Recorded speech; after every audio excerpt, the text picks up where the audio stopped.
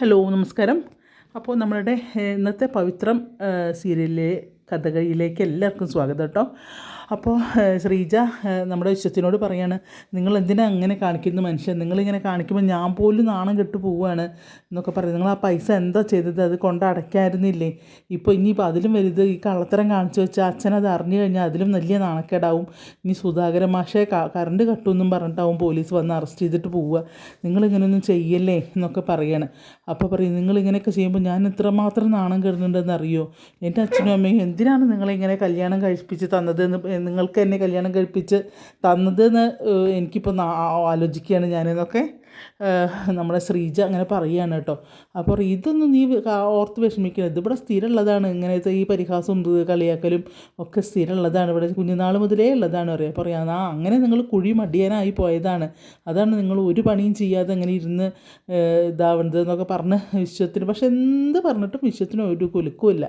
നീ നാളെ ആവട്ടെ, ഞാൻ ആരോടെങ്കിലും കടം മേടിച്ചിട്ടാണെങ്കിലും ഇലക്ട്രിസിറ്റി ബില്ല് കൊണ്ടുപോയി അടയ്ക്കാം, നീ ഒന്ന് സമാധാനപ്പെട് എന്നൊക്കെ പറയുകയാണ്. അപ്പോൾ എവിടുന്ന് ആരോട് കടം മേടിക്കും, ഇനിയിപ്പോൾ കിട്ടിയില്ലെങ്കിലോ? അപ്പോൾ എന്താ വെച്ചാൽ ചെയ്യാം എന്ന് പറഞ്ഞിട്ട് ഇങ്ങനെ തപ്പി തടഞ്ഞ് നിൽക്കും കേട്ടോ. അപ്പോൾ അതിൻ്റെ അവസാനം ഒരു കമ്മലൂരിട്ട്, എനിക്ക് ആകെ ഉള്ള പൊന്നാണിത്, ഇതെങ്കിലും ഇത് കൊണ്ട് വിൽക്ക്, പണയം വെക്കുക, എന്ത് ചെയ്തിട്ടാണെങ്കിലും നാളെ കറണ്ട് ബില്ല് അടച്ചേ പറ്റൂ, അല്ലാണ്ട് നിങ്ങൾ ഇങ്ങോട്ട് വരണ്ട എന്നൊക്കെ പറയും. നിങ്ങൾക്കറിയാലോ, നിങ്ങൾ ഓരോന്ന് പറഞ്ഞു എൻ്റെ സ്വർണ്ണം മുഴുവൻ നിങ്ങളാണ് ഊരിക്കൊണ്ടുപോയത്. അത് പിന്നെ തിരിച്ച് ഇങ്ങോട്ട് കണ്ടിട്ടില്ല. അപ്പോൾ അതുകൊണ്ട് ഇത് എന്ത് വേണമെങ്കിലും ചെയ്തിട്ട് പോയിട്ട് നാളെ കറണ്ട് ബില്ല് അടയ്ക്കാൻ വേണ്ടി പറയും.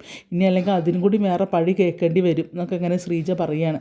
അത് കഴിഞ്ഞ് ശ്രീജ പാവം എടുത്തിട്ട് വിരിച്ച് താഴെ കിടക്കാൻ നോക്കും. പറയും, ഇവിടെ കിടന്ന് പറയുമ്പോൾ ഇല്ല ഞാൻ ഇവിടെ കിടക്കണം എന്ന് പറഞ്ഞങ്ങനെ ദേഷ്യം പിടിച്ച് പാവട്ടോ. അത് സങ്കടം തോന്നുന്നു. ശ്രീജ നല്ലൊരു ക്യാരക്ടറാണ് അവരുടെ. അപ്പോൾ അങ്ങനെ അവിടെ വന്ന് കിടക്കുകയാണ്. അത് കഴിഞ്ഞ് പിന്നെ നന്ദിനിയുടെ റൂമിൽ നന്ദിനിക്ക് എങ്ങനെയൊക്കെ മുടിയൊക്കെ ഇങ്ങനെ ഉച്ചി പിടിച്ച് കെട്ടിയിട്ട് മുപ്പത്തിയാർക്ക് ചൂടെടുത്തിട്ടേ പറയും, എന്തൊരു ചൂടാണ്, എന്തൊരു ഉഷ്ണമാണ് എന്നൊക്കെ പറയാണ്. അപ്പോൾ വിനയൻ അവിടെ കടന്ന് ഭയങ്കര പാട്ടും ഇതൊക്കെയാണ്. ഇതാണ് രാമച്ച വിശറിയാൽ വീശും എന്നൊക്കെ പറഞ്ഞിട്ടുള്ളൊരു പാട്ട്. പൂമത്തപ്പുറത്തു ഞാൻ നിന്നെ കിടത്തും, പൊന്നാഭരണമെല്ലാം അണിഞ്ഞ് അഴിച്ചു വയ്ക്കും എന്നൊക്കെയുള്ളൊരു പാട്ടുണ്ടല്ലോ. അതിങ്ങനെ കയ്യിൻ്റെ വളരെ തലയും കൊടുത്ത് നിന്നിട്ട് ഭയങ്കര പാട്ടാണ്.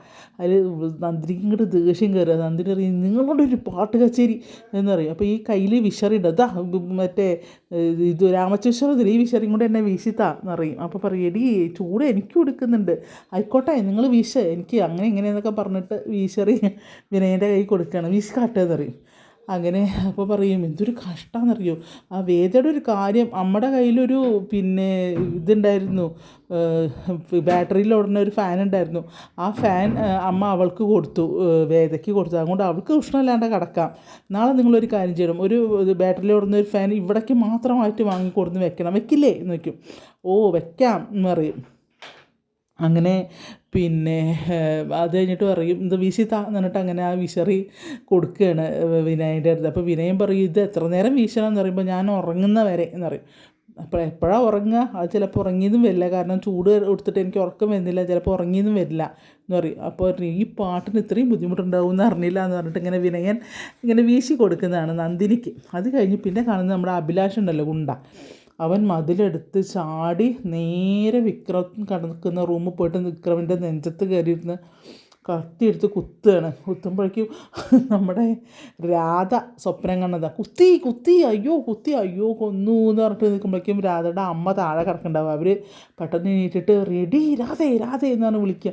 അമ്മയെ കൊന്നു, എന്താ ആരെ കൊന്നു, നിനക്കെന്താ ബഹളം എന്നൊക്കെ, നിനക്കെന്ത് പറ്റി വയ്ക്കുമ്പോൾ, അമ്മേ ഞാനൊരു സ്വപ്നം കണ്ടമ്മേ, വിക്രമേട്ടനെ എന്ന് പറയുമ്പോഴേക്കും, നിർത്തടി നിൻ്റെ ഒരു വിക്രമേട്ടൻ, പശു ചത്തു മോരിൽ പുളിയും പോയി, എന്നിട്ട് അവൾ പിന്നെ അവൻ്റെ പേരും പറഞ്ഞുകൊണ്ട് നടക്കുക, അവൻ്റെ ഒരു പെണ്ണിനെ കല്യാണം കഴിച്ച് അന്തസ്സായിട്ട് ജീവിക്കണം, നീ പിന്നെയും നാണം കെട്ടിട്ട് അവൻ്റെ പിറകെ നടക്കാൻ നിൽക്കണോ എന്നൊക്കെ പറഞ്ഞിട്ട് ഇങ്ങനെ ചീത്ത പറയാണ് കേട്ടോ.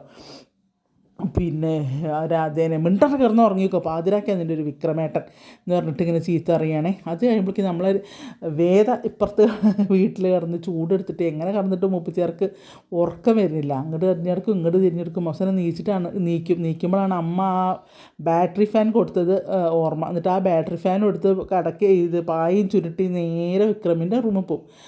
വിക്രമിൻ്റെ റൂമിൽ പോകുമ്പോൾ വിക്രം കിടന്നുറങ്ങുകയാണ്. അപ്പോൾ ഉറങ്ങിയോ, നന്നായി എന്ന് പറയാം. അപ്പോഴേക്കാണ് ഫോൺ റിങ് ചെയ്യുമ്പോൾ അവൾ പെട്ടെന്ന് എടുക്കുമ്പോൾ പറയും, ഇവളെന്താ ഈ നേരത്ത് വിളിക്കുന്നത് നോക്കുമ്പോൾ രാധയാണ് വിളിക്കുന്നത്. അപ്പോൾ ഹലോ എന്ന് പറഞ്ഞിട്ട് ഫോൺ എടുക്കും. അപ്പോൾ അവൾ അറിയാം വിക്രമേട്ടാ എന്ന് പറഞ്ഞിട്ട്, വിക്രമേട്ടാ ഞാനൊരു സ്വപ്നം കണ്ടുപിടി, ഫോൺ വെക്കടി, രാത്രി പാതിരാക്കാനടി വിളിക്കുന്നുണ്ട് എന്ന് വെച്ചിട്ട് നമ്മളെ വേദ സ്വപ്നം കണ്ടിട്ടുണ്ടെങ്കിൽ അത് നാളെ രാവിലെ പറയാം, അല്ലെങ്കിൽ രാത്രിക്ക് വിളിച്ചിട്ട് പിന്നെ പറയല്ലേ ചെയ്യാറ്, നീ അതരടി എൻ്റെ ഫോൺ, ഞാൻ വിളിച്ച ഫോൺ എടുക്കാമെന്ന് പറയും.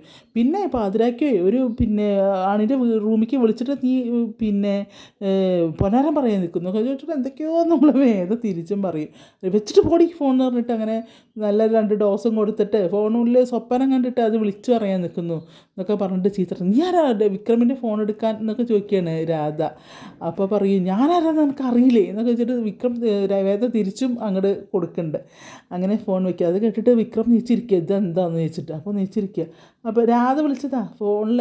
പിന്നെ ഇങ്ങനത്തെ കോളുകളൊന്നും പ്രോത്സാഹിപ്പിക്കാൻ പാടില്ല, ഒന്നിനാത്രം പോകുന്ന പെൺകുട്ടിയാണ്, അതുകൊണ്ടാണ് ഞാൻ അങ്ങനെ പറഞ്ഞതെന്ന് പറയും. അപ്പോൾ പറയും നീ എന്താ ഇവിടെ നോക്കും, ഞാനിവിടെ നീ കിടക്കുന്നത് പറയും. നിനക്ക് ഹാള് തന്നിട്ടില്ലേ, നീ അവിടെ കിടന്നാൽ പോരെ. ഹോള് തന്നിട്ടുണ്ട്, പക്ഷേ ഇന്ന് എനിക്ക് പേടി, കറണ്ട് ഇല്ലാത്തതുകൊണ്ടേ. പിന്നെ മറ്റേത് ജനലും വാതിലൊക്കെ നിങ്ങൾ ഉണ്ട് പോന്നു കഴിഞ്ഞാൽ ഒക്കെ അടച്ചിപ്പോൾ എനിക്ക് സുഖമായിട്ട് ഉറങ്ങായിരുന്നു. ഇപ്പോൾ അതിന് പറ്റുന്നില്ല, അവിടെ എല്ലാം തുറന്നിട്ടിട്ടല്ലേ കിടക്കുന്നത്. അപ്പം ഇവിടെ തുറന്നിടുന്നില്ലേ, ഇവിടെ തുറന്നിട്ടാലും കരുത്തനായ ഒരു ഗുണ്ടയല്ലേ കൂടെ അപ്പുറത്ത് കിടക്കുന്നത്, അതുകൊണ്ട് എനിക്ക് പേടിയില്ല എന്ന് പറയും. അപ്പോൾ പറയും നിന്നെക്കൊണ്ട് ഞാൻ തോറ്റു, അങ്ങനെയാണ് ഇങ്ങനെയാണ് എന്നൊക്കെ പറഞ്ഞിട്ട് പറയും ഇറങ്ങിപ്പോ ഇവിടുന്ന്, ഇവിടെ ഇതാക്കരുത് എന്നിട്ട് തട്ടിക്കയറും. അപ്പോൾ ഇവളും നല്ലോണം അങ്ങോട്ട് തിരിച്ച് കുറച്ച് നിയമപുസ്തകത്തെ കുറച്ച് കാര്യങ്ങൾ അങ്ങോട്ടും പറയും നമ്മുടെ വേദ. അതുകൊണ്ട് സൂക്ഷിച്ച് നിൽക്കണം. ഇതിലേ നിങ്ങൾക്ക് ഈ വീട്, ഈ റൂം നിങ്ങൾക്ക് സുധാകരൻ മാഷ് പതിപ്പിച്ച് തന്നെന്നുള്ള വല്ല എഗ്രിമെൻ്റ് ഉണ്ടെങ്കിൽ അതെനിക്ക് എടുത്ത് കാണിക്കാണ്ട് നിങ്ങൾക്ക് എന്നെ പുറത്തേക്ക് ആക്കാൻ പറ്റില്ല എന്നൊക്കെ ഇങ്ങനെ വെച്ച് കാച്ചും വേദ. അപ്പോൾ എന്നിട്ട് കൊണ്ട് പല്ല് കടിച്ച് കിടക്കുക. അതുകൊണ്ട് മിണ്ടാണ്ട് അവിടെ എവിടെയെങ്കിലും കിടന്നോ. പിന്നെ നല്ല സെൽഫ് കോൺഫിഡൻസ് ഉണ്ടല്ലോ, അതുകൊണ്ട് ഞാൻ ഇപ്പുറത്ത് കിടക്കുകയാണ്, വെറുതെ എന്നെ രാത്രി വെച്ച് ഓളിട്ട് ഈ വീട്ടിലെ ആളുകളെ ഉണർത്തരുത്, പിന്നെ ഇതുവരെയുള്ള ചീത്തപ്പേരിനേക്കാളും വലിയ ചീത്തപ്പേരാവും പിന്നെ കേൾക്കാൻ പോണത് എന്നൊക്കെ പറയുകയാണ് കേട്ടോ നമ്മുടെ വേദ. വിക്രമിനെ ഇട്ടിട്ട് ശരിക്കും വെള്ളം കുടിപ്പിക്കുകയാണ്. അതുകൊണ്ട് മിണ്ടാണ്ട് അവിടെ കടന്നോളം പറഞ്ഞിട്ട് പിന്നെ ഇതാക്കുകയാണ് കേട്ടോ. അത് കഴിഞ്ഞ് എന്നൊക്കെ പറഞ്ഞ് എന്ത് ചെയ്യും എന്നൊക്കെ പറഞ്ഞിട്ട് കിടക്കുകയാണ്. അത് കഴിഞ്ഞിട്ട് ഫോൺ ഇതെടുക്കുകയാണ്, ഫാൻ. അപ്പോൾ ഫാൻ എടുത്തിട്ട് ഇങ്ങനെ ബാറ്ററി ഫാൻ എടുത്തിട്ട് ഇങ്ങനെ വെക്കുകയാണ്. അപ്പോൾ ഇതെവിടെ നിന്ന് കിട്ടി എന്ന് ചോദിക്കും. അത് എനിക്ക് എൻ്റെ അമ്മ തന്നത് അറിയും. ഏതമ്മ, ഏതെങ്കിലും അമ്മയിക്കോട്ടെ, നിങ്ങളെന്തിനപ്പോൾ ഇത് അറിയുന്നത്, എന്താ സുഖം എന്താ സുഖം എന്ന് പറഞ്ഞിട്ട് ഇങ്ങനെ അതിൻ്റെ ആ കാറ്റ് ഇങ്ങനെ അടിക്കുകയാണ്, മേക്കത്തേക്ക് ഇങ്ങനെ അടിച്ചിങ്ങനെ ഇരിക്കുകയാണ് കേട്ടോ. അപ്പോൾ അതൊക്കെ കണ്ടിട്ട് വിക്രമിന് ഉഷ്ണിക്കുന്നുണ്ട്, പക്ഷെ ഇത് ചോദിക്കാൻ നിവർത്തിയില്ലല്ലോ. എനിക്കിത് നോട്ടോ നിൻ്റെ അത് ഇതെന്നൊക്കെ പറഞ്ഞിട്ട് അടിയാണ്. രണ്ടും നേരെ കണ്ട കിരിമ്പാമ്പുമാണ്. അത് കഴിഞ്ഞ് എന്നിട്ട് അറിയും. അപ്പോൾ ഉറങ്ങിയോ എന്ന് പറഞ്ഞിട്ട് എന്നപ്പോൾ കാണിച്ചു തരാമെന്ന് പറഞ്ഞിട്ട് അവൾ ഒരു പാട്ടങ്ങോട്ട് പാടും. ഏതോ ഒരു പാട്ടാണ് പാടുന്നത്. അത് കഴിഞ്ഞ് അല്ലെങ്കിൽ അത് വേണ്ട, പിന്നെ എന്താണ് പൊക്രാനിയിലെ തെങ്ങൾക്ക് എന്താ മണ്ടരി രോഗമുണ്ടോയെന്നോ ഏതോ നമ്മളുടെ കല്യാണരാമനിൽ നമ്മുടെ നവ്യ ഒരു കവിത ചെല്ലുന്നുണ്ടല്ലോ, അത് നിർത്തടി ഇതിൻ്റെ ചളി ഇത് പറഞ്ഞിട്ട് അതിനും ദേഷ്യപ്പെടും. അത് കഴിഞ്ഞ് പിന്നെ ചെവി കുറേ പൊത്തിപ്പിടിക്കണു, അങ്ങോട്ട് തിരിഞ്ഞെടുക്കണു ഇങ്ങോട്ട് തിരിഞ്ഞെടുക്കണു, എന്നാൽ പിന്നെ അത് വേണ്ട. പിന്നെ വേറെ ഏതോ ഒരു പാട്ടും കൂടെ പാടും അതിൻ്റെ ഇടയ്ക്ക്, നല്ല ഭംഗിയുള്ളൊരു പാട്ട്, നല്ല കേൾക്കാൻ നല്ലൊരു പാട്ട്, അത് പാടും. അപ്പോഴേക്കും പിന്നെ വിക്രം ഒതുങ്ങി കിടക്കും കേട്ടോ. അതങ്ങനെ പാടി ഇവിടെ ഉറങ്ങുന്ന പോലെയാവും.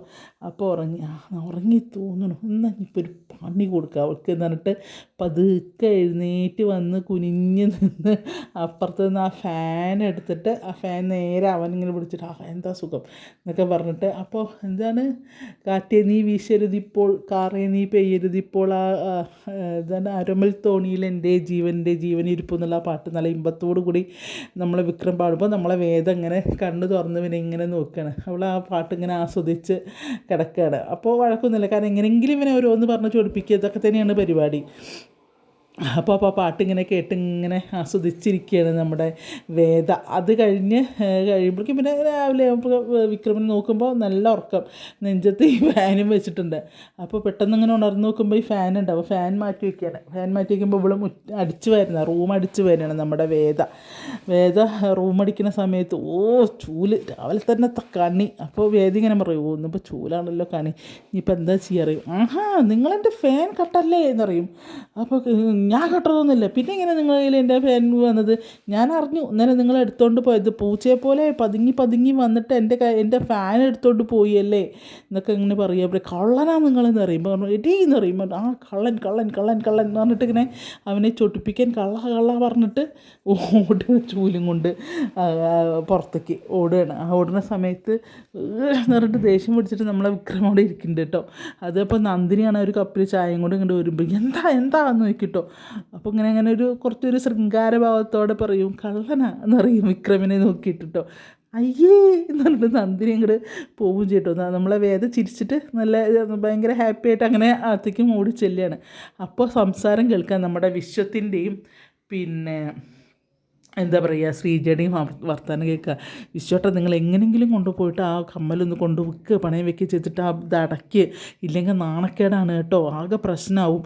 ഇനിയിപ്പോൾ പിന്നെ അച്ഛനെങ്ങാനും അറിഞ്ഞ് ഏറ്റവും വലിയ പ്രശ്നമാവുന്നത് ഇത് അടയ്ക്കാത്തതിൻ്റെ ആവില്ല, ആ കള്ളത്തരം ചെയ്തതിനാവും ഏറ്റവും വലിയ പ്രശ്നം വരിക എന്നൊക്കെ ഇങ്ങനെ പറയും. അപ്പോൾ ഇല്ല, അതൊന്നും പിന്നെ പ്രശ്നമാവില്ല, ഇതിപ്പോൾ നീ ഇതാക്കിയിട്ടില്ലെങ്കിൽ നമുക്ക് നല്ല കട്ടിയുള്ള ഫ്യൂസ് ഇങ്ങോട്ട് കെട്ടാം എന്നൊക്കെ പറയുകയാണ്, കമ്പി വെച്ച് കെട്ടാം എന്നൊക്കെ പറഞ്ഞു. അതൊന്നും വേണ്ട, അത് കൊണ്ട് അടയ്ക്ക്, അത് വിൽക്കുക, എന്തെങ്കിലും ചെയ്യുക പറഞ്ഞിങ്ങനെ നിൽക്കുമ്പോൾ ഇതൊക്കെ നമ്മുടെ പാവം വേദന പുറത്തുനിന്ന് കേൾക്കുകയാണ്.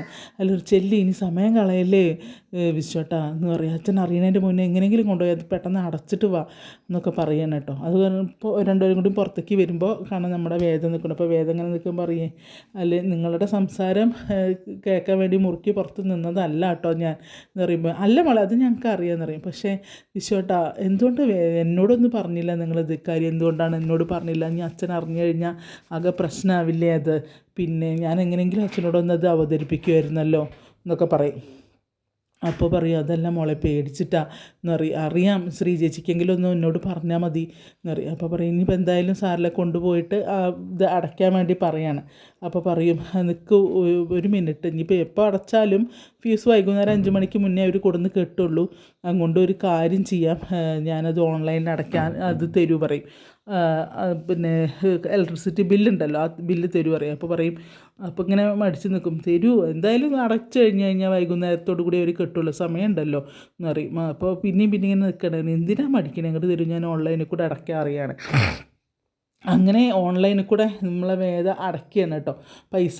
അപ്പോൾ പറയാം ആ കമ്മൽ ചേച്ചിയുടെ ശ്രീചേർത്തിയുടെ കാതിൽ തന്നെ കിടന്നോട്ടെ, അതെന്തായാലും കൊണ്ട് വയ്ക്കൊന്നും വേണ്ട എന്ന് പറയുകയാണ് കേട്ടോ. അപ്പോൾ ഒരുപാട് നന്ദിയുണ്ട് മോളെ എന്ന് പറയും. അപ്പോൾ ഇനി എന്തായാലും എന്നാലും ആ ഫ്യൂസ് വാങ്ങി കൊടുന്ന് കെട്ടണ്ടേ, അവിടെ കുത്തണ്ടേ എന്ന് പറയും. അപ്പോൾ പറയും പിന്നെ അതിനിപ്പോൾ ഇപ്പോഴായാലും 5 മണിക്ക് മുന്നേ അവരിത് ചെയ്യുള്ളൂ എന്ന് പറയും.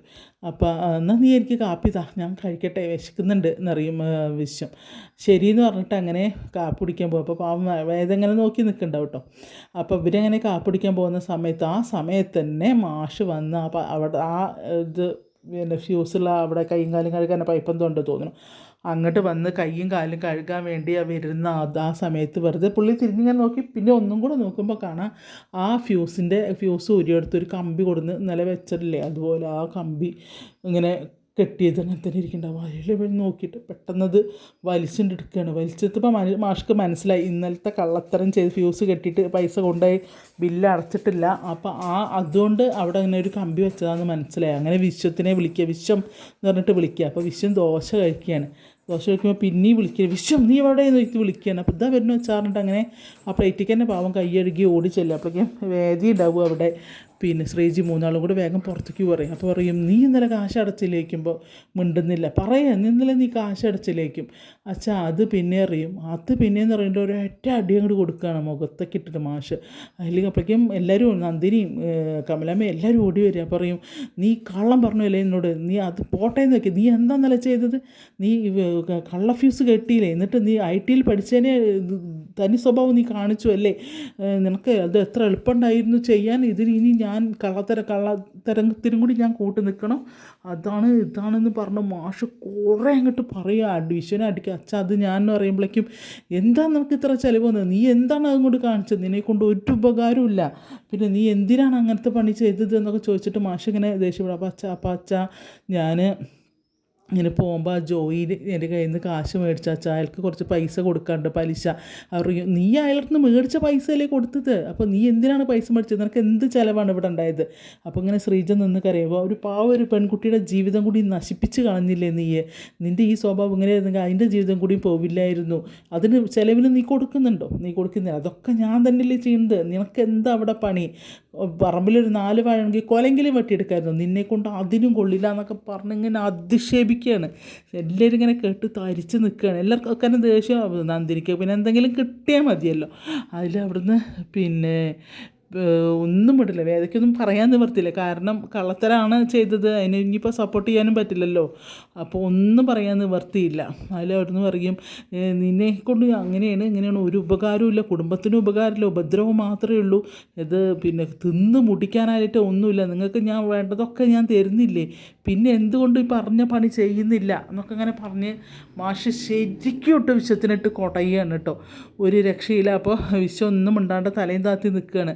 അത് കേട്ട് നമ്മളെ വിക്രം ബാത്റൂമിൽ നിന്ന് ഇങ്ങനെ ഇറങ്ങി വരുന്നുണ്ട്. എല്ലാവരും ഇങ്ങനെ ആർക്കൊന്നും പറയാൻ നിവർത്തിയില്ല. ഇപ്പോൾ എന്തെങ്കിലും പറയുമ്പോൾ വേദയാണ് കയറി ഇടയ്ക്ക് പറയുന്നത്, പക്ഷേ വേദയ്ക്ക് ഇത് നിവർത്തിയില്ല, കള്ളത്തരല്ലേ ചെയ്തിട്ടുള്ളത്.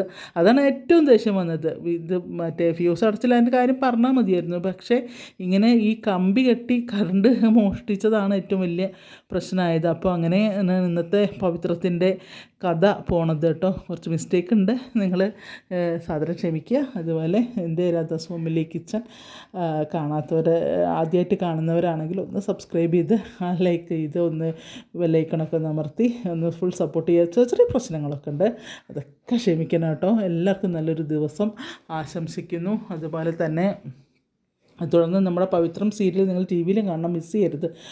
നല്ല ഡയലോഗ്, നല്ല എന്താ പറയുക ഡയലോഗുകളാണ് ആ സീരിയലിലുള്ളത്. എനിക്ക് മുഴുവൻ പറയാനൊന്നും നിവർത്തിയില്ല കേട്ടോ, കുറേ ഇംഗ്ലീഷ് വേർഡുകളൊക്കെ ഉണ്ട്. അപ്പോൾ അതുകൊണ്ട് നിങ്ങൾ തീർച്ചയായിട്ടും മിസ് ചെയ്യേണ്ട, കാരണം നല്ലൊരു സീരിയലാണ്. അപ്പോൾ എല്ലാവർക്കും എൻ്റെ നന്ദി. എൻ്റെ എന്താ പറയുക ചാനൽ എൻ്റെ കഥ കേൾക്കുന്നതിന് ഒരുപാട് നന്ദിയുണ്ട്. Thank you.